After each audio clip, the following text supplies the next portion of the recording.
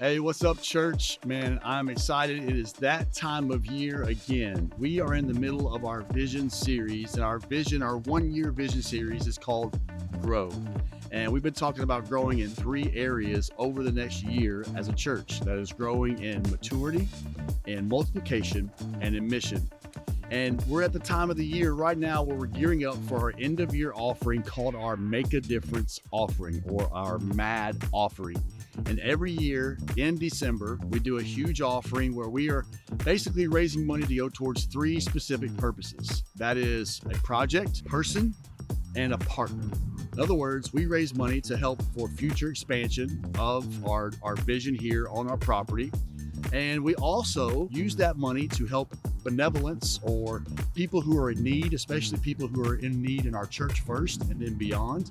And man, we've done some huge projects in the past with people, helping people pay for whether it's medical bills, mortgages, things like that, just to be able to minister to people who are walking through dark seasons of their life. And then obviously the third one is a partner. And we've built some new partnerships in our community this year.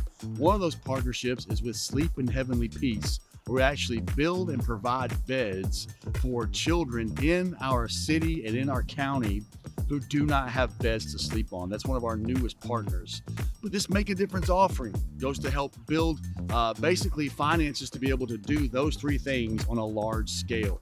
We don't like to do a lot of building campaigns or anything like that. We just believe in challenging the church and becoming more generous, because not only do we take up a one-time offering, you should have already received a Make a Difference offering card. And that card actually challenges people in the church to take a next step in their giving journey or in their generosity journey. And so as we talk about growing in maturity, mission, and multiplication, a few of those things look like this. This year, we're rolling out in 2025 what's called Discipleship Training Institute. We've actually ran over 40-something people through 2 semesters already as a beta. And now we're opening up to the entire church because we want to help people grow in their knowledge, whether it's theology or seminary type courses. So it's kind of like seminary for the layperson. It's actually affordable and cheap, and a way for you to grow in your knowledge and wisdom and maturity in your walk with Christ. We're also doing several other things, like trying to build our first ever Reach Center or adopt our first ever Reach Center, where we're trying to actually do hardcore ministry in our community for the addicts. We're unrolling our brand new recovery ministry, whether it's for the homeless, or it's for people who need counseling, for the single mom. We are wanting to basically have this be the hub of our community when it comes to our community reach and community missions and our international missions in Costa Rica. And so one of the things that we're talking about doing too, as you guys have seen, we've already accomplished some of the other expansion projects that we have set out to do over the last few years. And part of that is making this campus a third space. In other words, this is where we dream of our community coming to throughout the week, not just on Sundays for a church experience, but throughout the week to spend time with their family. As you guys know, in the spring, we'll be cutting the ribbon on our brand new disc golf course, a 9-hole disc golf course in honor of John Roberts. We'll talk about more of that in the spring when we cut the ribbon for that, and we invite the community, where this will actually be a community place to come and play disc golf, a place to come and grab a cup of coffee, a place we're already using our facilities for banquets, school banquets, graduations, things like that. We want this to be a place where life happens throughout the week, not just on Sundays. But one of the things that we're really challenging you this year, church, is to help give towards our next expansion project, which is phase 3. Now, if you remember a few years ago, we talked about utilizing this space for possibly an outdoor recreational space. Now, here's what we have to wrestle through every year, is that every year we have to adapt the vision according to the church's immediate needs. And at the time, that was an immediate need for our youth. But now what we see, not only for our youth, but for every small group that we have in our church that meets here, and for our congregation on Sundays, is that we are out of space. Not just out of space on Sunday morning. As you can tell, we have 3 worship experiences, and they are all full right now. We can barely grow. Right now, about 1,300 people is about what we can reach on a weekend.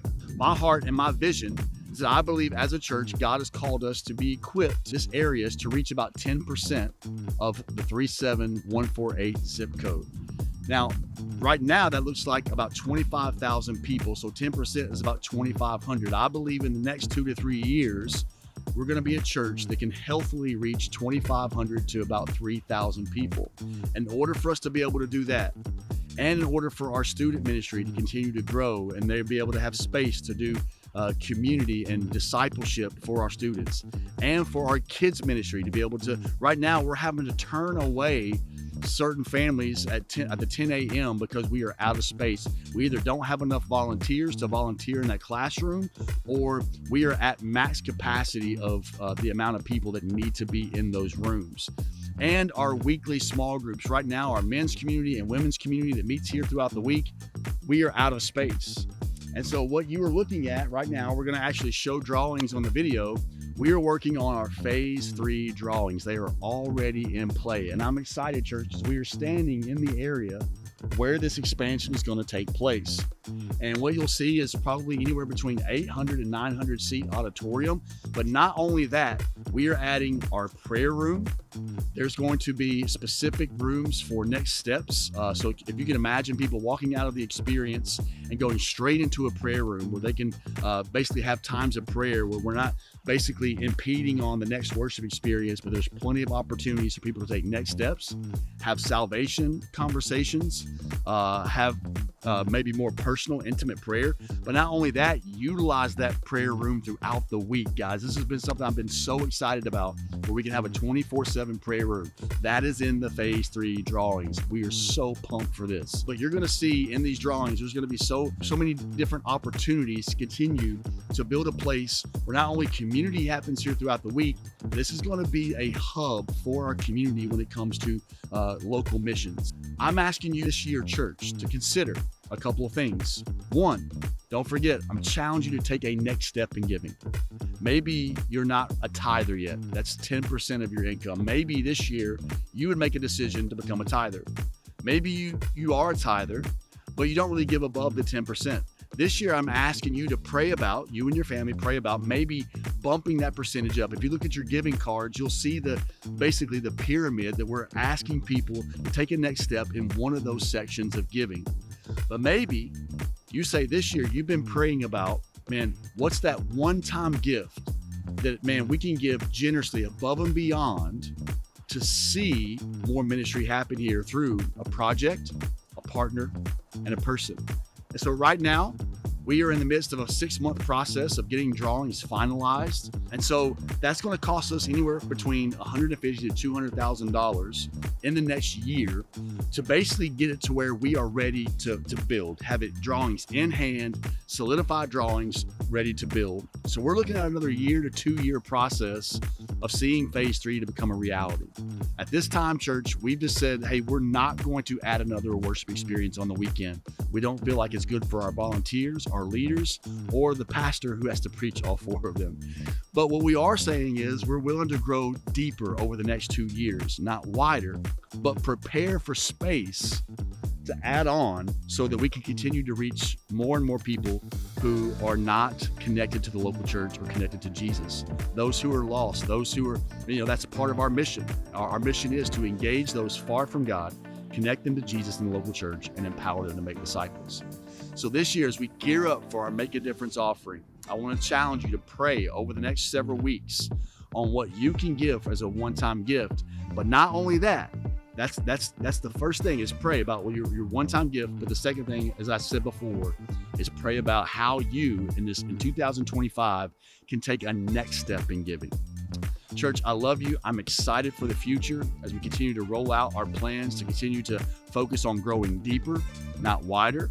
But in that process, also make plans for the future and how we can continue to reach lost people, empower them to make disciples. So that way we can practice the way of Jesus where we live, work, and play.